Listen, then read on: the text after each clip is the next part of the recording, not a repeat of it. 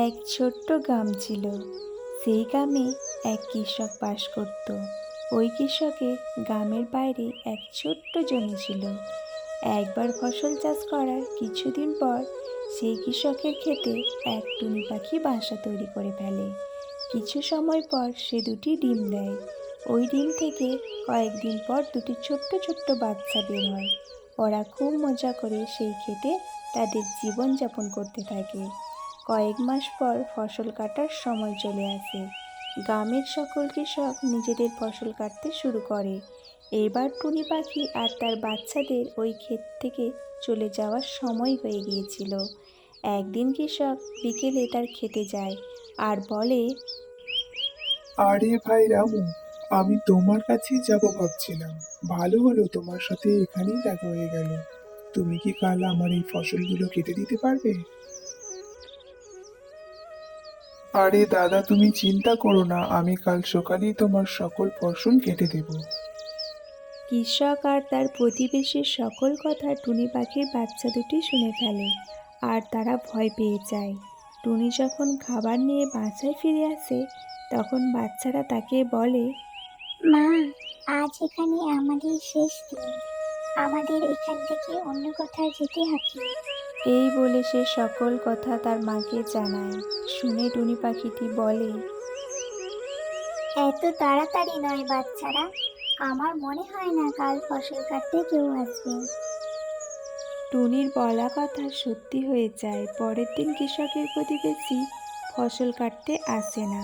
সন্ধ্যার সময় কৃষক ক্ষেত দেখতে আসে আর বলে,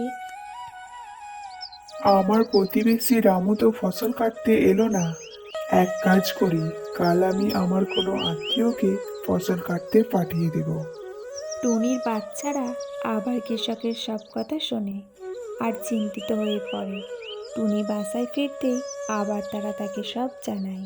শুনে টুনি বলে, তোমরা চিন্তা করো না, আমাদের আজ কোথাও যেতে হবে না।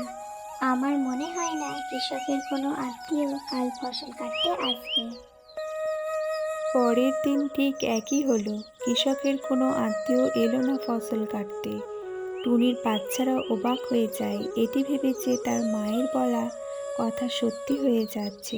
পরের দিন বিকেলে কৃষক যখন খেতে আসে তখন ক্ষেতের অবস্থা একই দেখে আর বলে, এই লোকেদের তো বলার পরও ফসল কাটার জন্য আসে না। না, কাল আমি নিজেই ফসল কাটতে শুরু করব।